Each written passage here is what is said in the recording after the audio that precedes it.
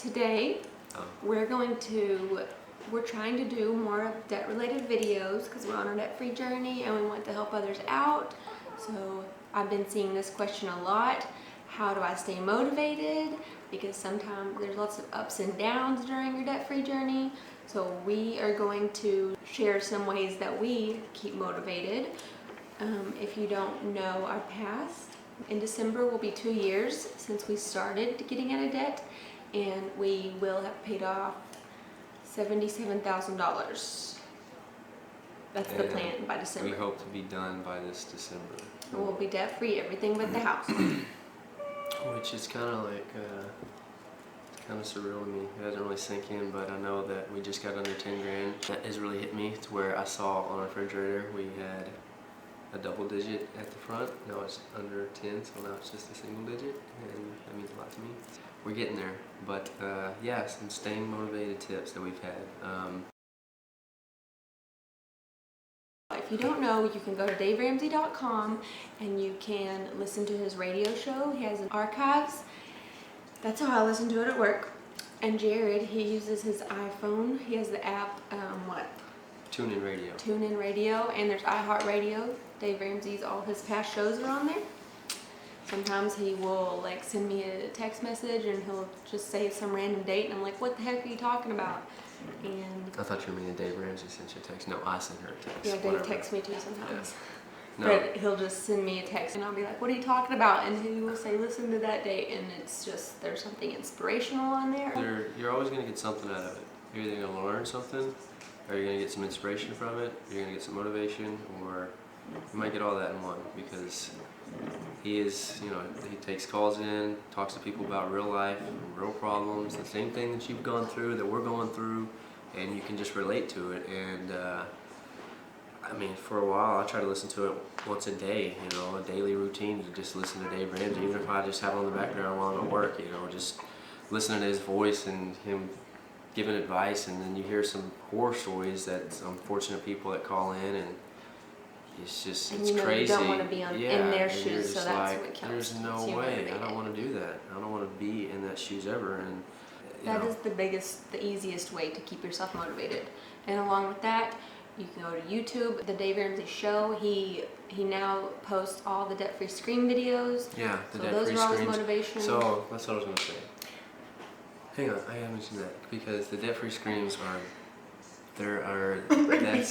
some of them are from pretty cool stories, and then they also make you want to think about your story and how you're going to say it, and then you know what that does? That creates a vision. That puts your end goal. You put your goal at the end of the tunnel. How it's going to feel. You start realizing, dang, I can't wait to do this. This is going to be awesome. You start writing down little things to say, and you start getting this vision. You start getting motivated, and you got this end goal that you shared with your spouse, and y'all motivate and push each other. You hear these people talk about it and tell their story on their debt-free screams. It's awesome. It makes you want to do that. So that's a huge one. So our camera just went dead. We had to recharge it. Okay, so we talked about radio show, the apps, the YouTube videos from his channel, and there's also other random videos that I've come across on YouTube before. Because Dave goes to churches and speaks a lot. And remember the one I sent you the other day? Was that motivational? So I'll post a couple of those below. I'm sure he has tons on YouTube, and I've just come across a couple that have been very motivational to me. So I'll post those links below. Okay, I'm like a numbers and a spreadsheet person. I'm by far the nerd, and he's a spender, so I keep track of all the spreadsheets and the budgets, and I just share it with him and we go over it later on. So when we first started out, one thing that I did, I don't care if y'all see these numbers, when we first started, what you're supposed to do is list your debt smallest to largest, and this is a spreadsheet that I started back, I guess, 2 years ago, and each time we paid something off, I marked it off in red.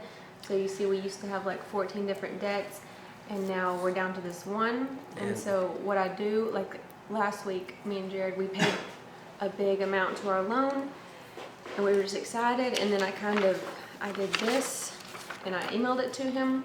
This was a year ago. What do we have? 40 something. We still had $49,000 a year ago, and these are two different screens. This is what it is today, and it's down to 9,000. So it's just keep track of your accomplishments. If you do things like this, it gives you motivation. And here's the thing about the snowball effect of why I believe in of course, why Dave says to do the snowball effect and start out with the smallest and work your way down to the largest. Reason is because that you do get a kind of sense of like, yeah, I can do this. When you hit your first one, say your first one's $100, like ours was our first one was $100 doctor bill. The next one was a doctor bill, $200. Then Home Depot, $366. Wells Fargo loan, $596. So we started out with the smallest one, and when you hit that $100, when you knock it off, it feels good to check it off and walk through it, you know. And it's just one little accomplishment, one little celebration. You You're gotta saying stop. this is why you do smallest to largest, right? Yeah. You don't worry about the interest rates. Right. Because Because it's about behavior modification, and it Right. works. Exactly. Another thing is you want to have a goal. Yeah, you want to have a goal. I said that too earlier. Yeah, if you have a shared vision, something that sets up for you that you're striving for, and if you know, You like, can't really lose your motivation if you want that goal bad enough. yeah, like our goal. What's our goal? Tell them our goal. Our goal is for hopefully I can stay home one day. So that's why I stay extra motivated. And she don't want to work anymore, which is fine. And I have the same goal with her. I want her to be able to stay at home and raise our kids and be able to be there for us. And so I want that for both of us.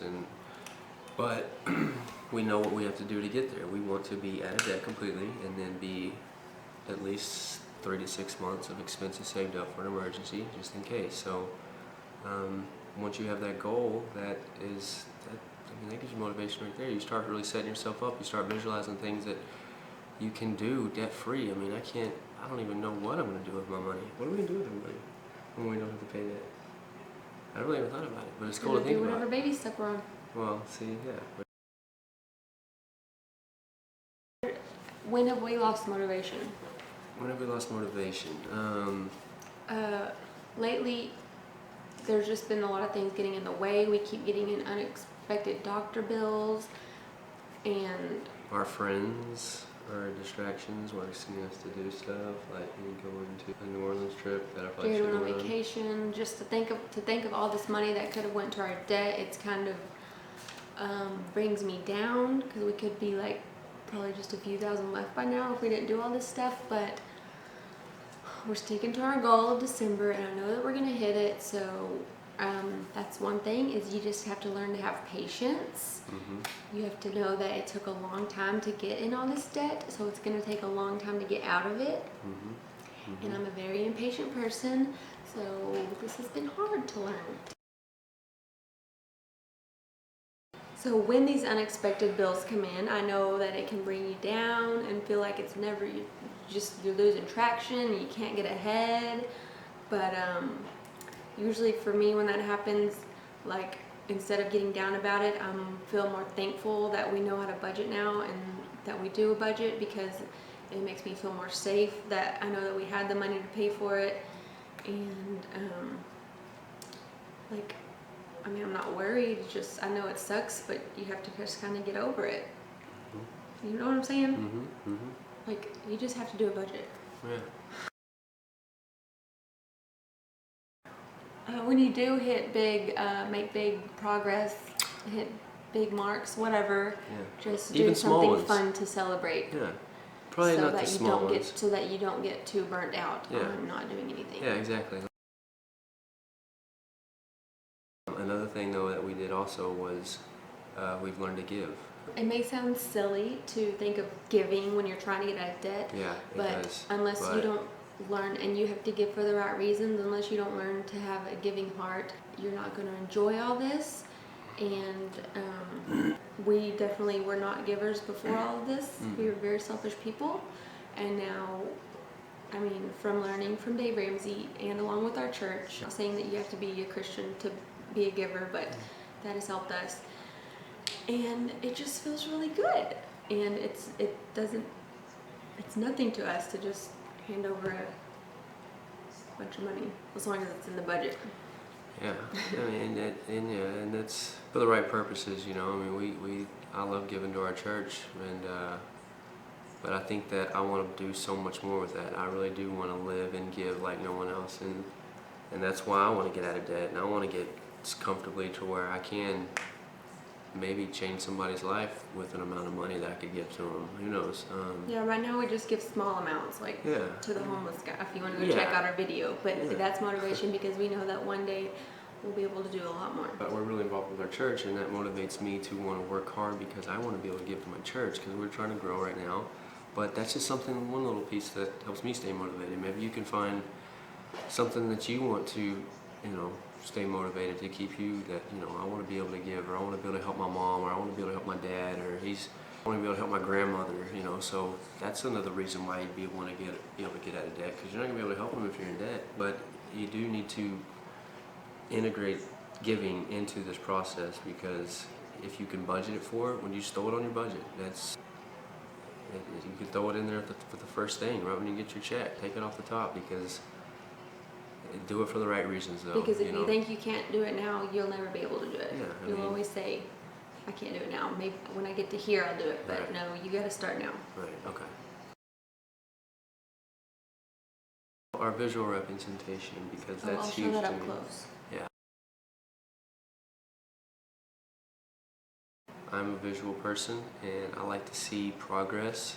I wanted to have like this real elaborate bar chart thing, you know, planned Yeah, out. some people do the Or like a- thermometers, and that's pretty cool. Or what do you call it? Wavy graph that goes up? I don't know what that's called.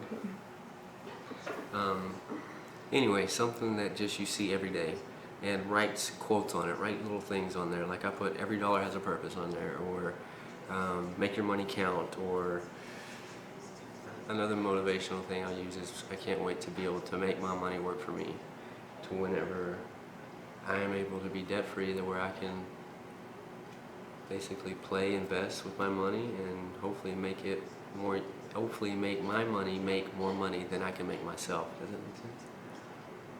One day. Anyway. Yeah, to me, but I don't know about to them. So I'll say it again. Hopefully I want to be able to have my money make more money for me than I'm able to make for myself.